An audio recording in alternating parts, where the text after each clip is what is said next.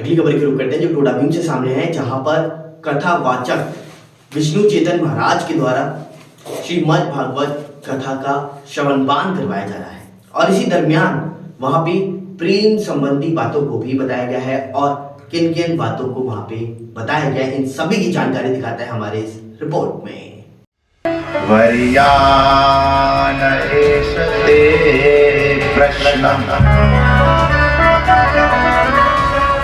कृतो लोकहितं नृपम्। उस प्रश्न में समूचे समाज का कल्याण देखा। एक होता है स्वार्थ से भरा हुआ व्यक्तिगत प्रश्न, एक होता है समूचे समाज का सर्वे। टोडाभीम गांव मुंडिया में चल रही संगीतमय भागवत कथा को सुनने के लिए महिला पुरुषों की भीड़ उमड़ रही है। कथा के कथावाचक विष्णु चेतन महाराज ने गजेंद्र मोक्ष की कथा का वृत्तांत सुनाते हुए कहा कि संकट के समय में प्रत्येक व्यक्ति को ईश्वर याद आते हैं, परंतु संकट निकल जाने पर व्यक्ति ईश्वर को भूल जाता है। इसी कारण आदमी दुख पाता है। उन्होंने कहा कि सुख और दुख में व्यक्ति को संभाव रहना चाहिए। कथावाचक ने प्रेम की महिमा का महत्व बताते हुए कहा कि संसार में प्रेम ही एकमात्र ऐसी वस्तु है जिसके प्रभाव से किसी को भी वशीभूत किया जा सकता है।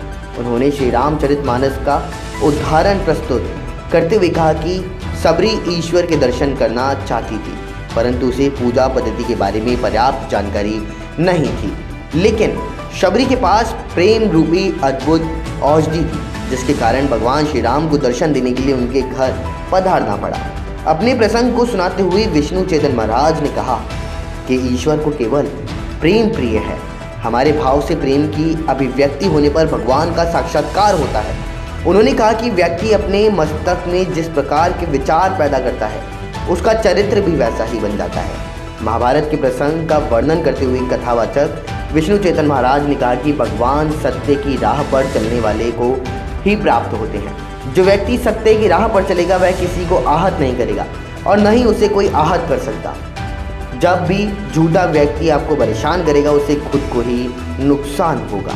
भागवत कथा सुनने के लिए आसपास के गांवों के सैकड़ों महिला पुरुष मौजूद रहे। फिलहाल देश और दुनिया की तमाम बड़ी खबरों के लिए इतना ही। बने रहिए न्यूज़ 18 के साथ। नमस्कार।